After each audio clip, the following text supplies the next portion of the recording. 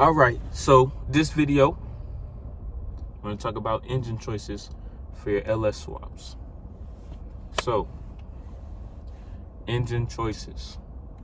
An LS engine or an LS base engine, I'm going to say it like that, they range from the 4.8 going for $350 for heads blocking oil pan to an LS3 that'll cost you $2,500. So I'm gonna go up the chain, starting with the 4.8. 4.8 is a truck motor. The 4.8 and the 5.3 look the same on the outside. In fact, the 4.8 and the 5.3 both say 4.8/5.3 on them.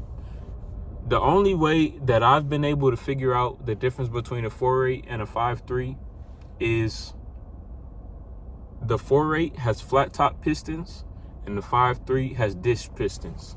That's literally the only way. That's the only way that I've learned. If y'all know a different way, put it in my comments. Let me know. I'd love to freaking know without having to open the motor.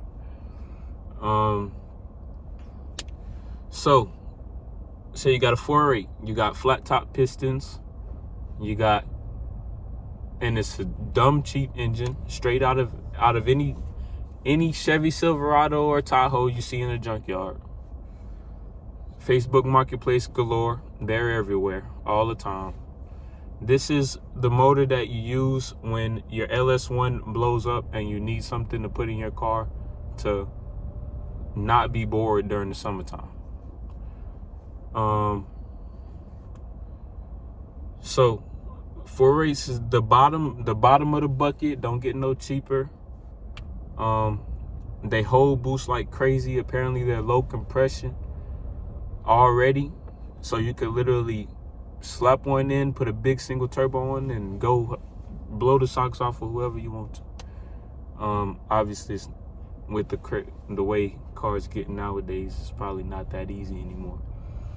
But the 4.8's a very solid option if you just want to go fast, you don't have no money. 4.8 is right there, ready to give you a hug, like the debuff in Elden Ring. Anyways, 5.3, higher compression motor, obviously has more displacement. It gets its displacement from the disc pistons and the cylinder heads. So apparently cylinder heads hold more CC in a 5.3. And back to what I was saying, I don't know the difference, but apparently they do. And that's how you get the extra displacement out of a 5.3. So from what I've seen, it's very possible to get 500 horsepower naturally aspirated flywheel out of a 5.3. They are around $700 and nobody really sells them. Heads blocking oil pan only. I've only ever seen them go with like fully complete with everything on them. You have a wiring harness out of the truck, the ECU, the intake, everything on it. And I've seen them go for about $700. I've seen them go for about $700 on Marketplace in Houston. So the 5.3, if you're gonna boost the 5.3, you gotta bust it open and gap the rings.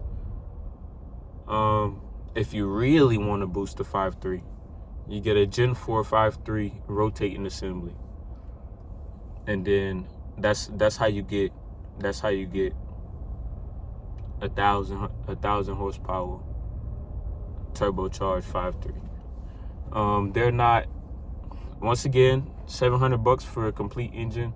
It's not expensive. If you can find a heads blocking oil pan, I don't know what they go for. Obviously, it's probably a bit cheaper. You might be able to find one for like $500. Don't know. But And the 5.3, once again, very good option for a broke boy who wants to go fast. That was the first motor I put in my Mustang, was a 5.3. Okay, we're gonna go up one more. I'm gonna put this one underneath the next one because it's still an iron block. The 6.0. Everybody knows the 6.0. Can't get around it. 6.0 puts in work all day, every day. I haven't seen a single complaint behind a 6.0. Like, in the entirety of me doing research and working on my Mustang, I've never seen a single complaint behind a 6.0. Obviously, it's a 6-liter V8. You have ample displacement to have all the fun in the world with that motor. Now, the problem is, everybody knows what a 6.0 does. And since everybody knows what a 6.0 does, they're freaking expensive. Now, I ain't never bought one, so I can't spit a number at you, but I know it's over $1,000 for a block with no internals, no heads, and no oil pan. So,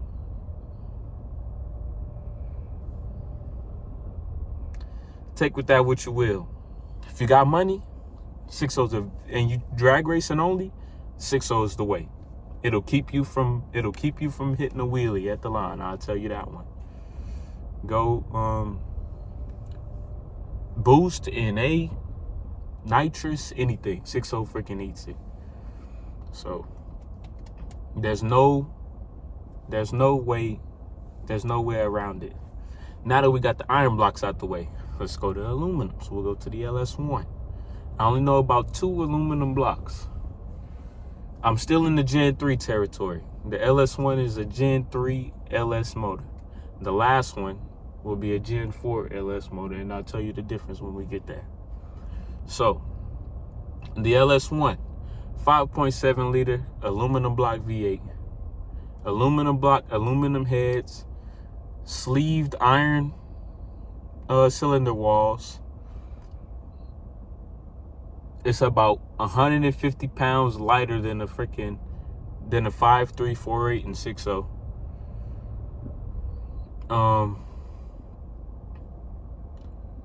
The thing holds boost. Everybody knows it. Every track junkie, every drift guy, they all know that the 5.7 is the way to go when you're not moving in a straight line. Now, if you're moving in a straight line, you got to do a little extra work because the alloy in the aluminum wasn't as advanced in the early 2000s. So if you introduce too much heat to that block, it will warp because it's aluminum, and it's not the tough aluminum alloy that you find in the LS3, like the 6.2, you know. But anyways, the LS1, super light. You're paying extra money for a lighter front end. You're paying extra money for good displacement and a crap ton of aftermarket support. It's just, you can't go wrong with it. Even though it costs a bit, and most of them, all the ones you find cheap are blown. So if you get a blown one, just know that you're about to pay triple the cost rebuilding it than you would have paid if you just bought a running one, a good one. But a built LS1, I don't even know where to start, bro.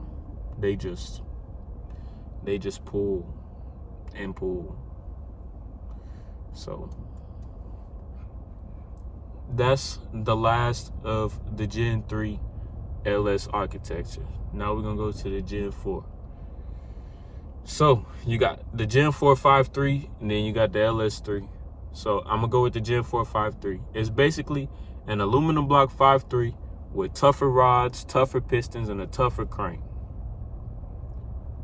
It's literally the same thing, but the cam sensor is on the front main cover, and I think, and they got these little pillars in the valley. I don't know what they do. I'm pretty sure it's some weird knock thing, like what they do with the knock sensors, but that's a little over my head. I usually delete the knock sensors when I'm running an LS swap. You run it till it blows and then replace it. That's why you do an LS swap, because you can replace them all day, every day, with little to no money out of your pocket. So I'm gonna put it like this. What was that? 5.3 Gen 4. It's the Gen 4 5.3 is a Gen 3 5.3 with tougher pistons, tougher rods, and a tougher crank. It's the same deal. Same deal. And obviously, it being an aluminum block, it's lighter, so it goes for more money. Not too much more money from what I've heard, but more money nonetheless. And the LS3,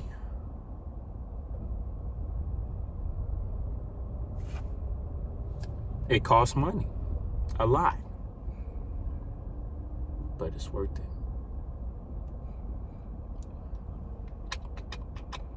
Honestly, if I had the money for an LS3, I'd probably get a Coyote. But that's just me. Coyote is king. No way around it. But hey, LS3, aluminum block. Y'all probably gonna torch me. 6.2 aluminum block, Gen 4, which means it got strong pistons, strong rod, strong crank. It's got rec port heads. Rec port heads can only be used on the 4-inch bore LS or more. So if the bore is not 4 inches or more, don't put rec port heads, or your valves is gonna make contact with your cylinder walls. And that's the only thing. Every other part, the rods and the crank from every motor that I've mentioned are all interchangeable. But the piston heads, obviously, you can't put LS3 piston heads in a 4.8. But hey, aside from piston heads and cylinder heads, everything is interchangeable. But okay, the good thing is, a cathedral port head can go on every single engine that I have mentioned, but a rec port head can only go on 4-inch bore engines or higher. The rec port head supposedly has more CFM, which means basically it means the heads flow better. They get more air in and they get more air out. Per every suck and blow. But the thing, these motors are just like, they're just so simple. They're so simple. My 11-year-old brother could tear one down and put it back together. There's no real downside to doing an LS swap. I say that because your LS, any of the motors that I've mentioned, you got an LM7, an LQ9. LM7 is a 5.348, LQ9 is a 6.0, LS1 is the 5.7, LS3 is a 6.2. Now, I'm 100% positive that there's about 20 more engines that share LS architecture that I have not mentioned at all. And I haven't mentioned them because I don't know enough about them. I'm not sure if I know enough about the 6.2 to have it in the video, but it's a pretty freaking crazy engine, so it made it in. So I'm gonna go like this. 1, the aftermarket support, any part that you order online for an LS1 will fit in a 5.3 4860 LS3. No, 5.3 4860. Every part online that says, if you say LS1 cam kit, you can put that same LS1 cam kit in a 48, 53, and 60. If you say LS1 rotating assembly, no piston heads, and then you went and bought piston heads from somewhere else, you can put that LS1 rotating assembly without piston heads in your 48, 53, or 60. That is the appeal. If you put LS1 turbo kit, you can slap that same LS1 turbo kit on your 48, 53, or 60. The whole kit. I'm not talking about just the freaking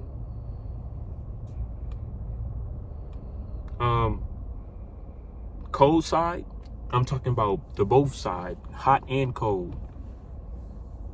From the headers to the intake to the air filter, the whole thing can go on a 48, 53, and 60. And that's the appeal. At the same time, if you blow one up, you can get another one for $350. So, hey, I'm not saying it's gonna be cheap to do it initially, but once you have the car up and running and you go do something crazy, you race somebody for pinks and you put it on kill and you blow up at the finish line and they car come cruising on through, 5 cars behind you, hey, you just paid $350 for a brand new car. That's how it is. You get what I'm saying? So, I'm not saying it's gonna be cheap to do it initially, but if you're gonna do an LS swap, pull the trigger on the LS swap. It's a build with an infinite return on investment.